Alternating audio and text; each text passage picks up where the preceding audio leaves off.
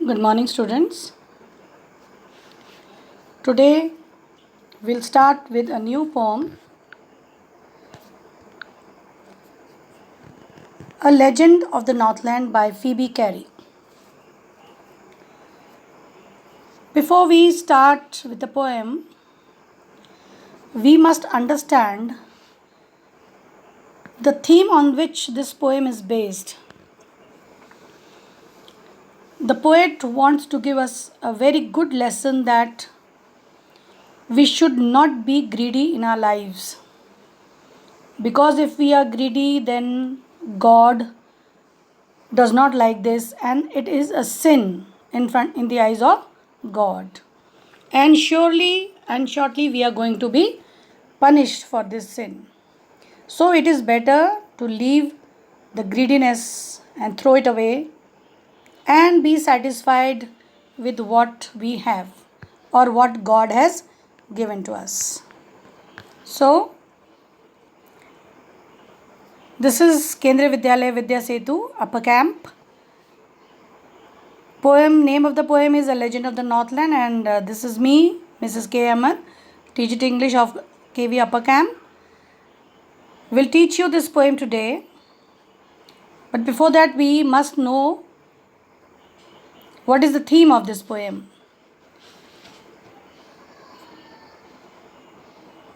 This is the poem. This poem actually is in the form of a ballad. What now? You'll ask me, what is a ballad? It is a song narrating a story in short stanzas. As you can see, the 4 lines, somewhere they must be rhyming with one another, and they are telling a story.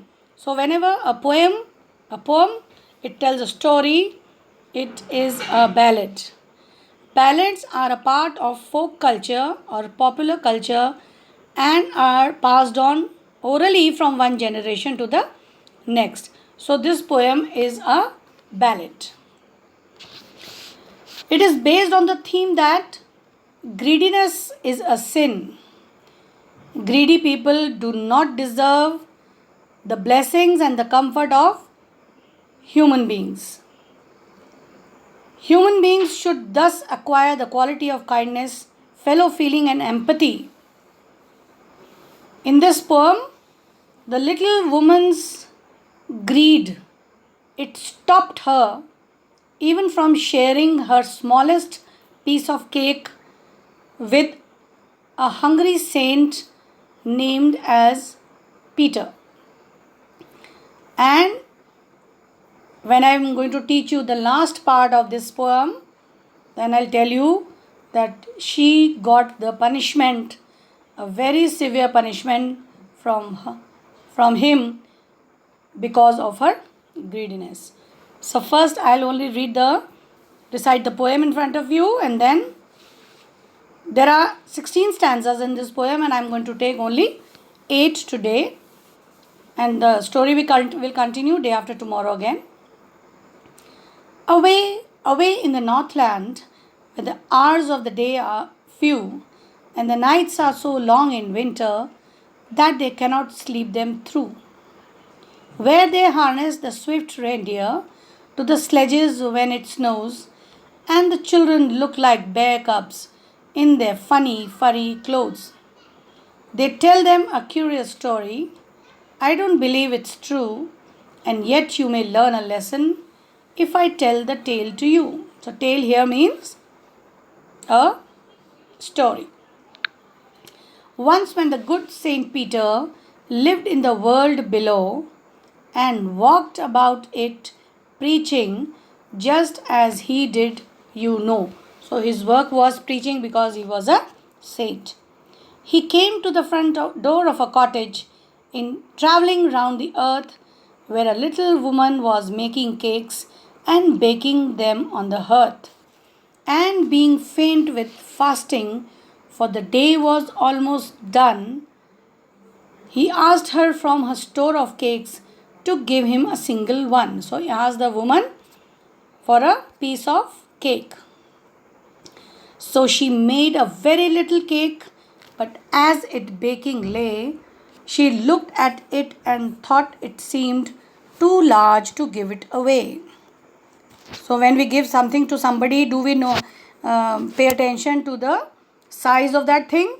We never do that. But this lady was so greedy, she is actually seeing the size of the cakes. Therefore, she needed another and still a smaller one, but it looked when she turned it over as large as the first had done. So when she took a second dough and again she baked it in her oven, it came out to be a very big cake, and then she thought, no, I am going to give still a smaller one. Then she took a tiny scrap of dough and rolled it flat and baked it thin as a wafer, but she couldn't part with that. Part with that means again she thought it was a big cake for him to eat, so she did not give it to him. For she said, my cakes that seems too small when I eat of them myself and yet too large to give away, so she put them on the shelf. So we'll do only these 8 paragraphs, and now I'm going to tell you the explanation of this. I hope you have understood because it is just in the form of a story.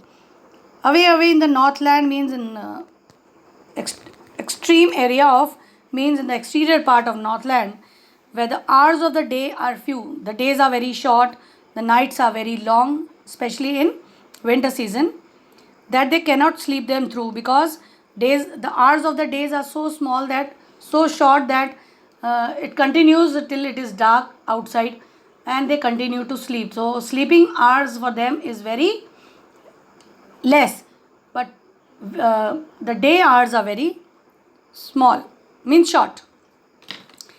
Where they harness the swift reindeer to the sledges when it snows, and the children look like bears' cubs in their funny furry clothes. So the children living there, the people who live there, they have to wear very a great furry clothes, means full of fur, because to keep them from the cold. They ride the sledges also. The sledges are run by reindeers.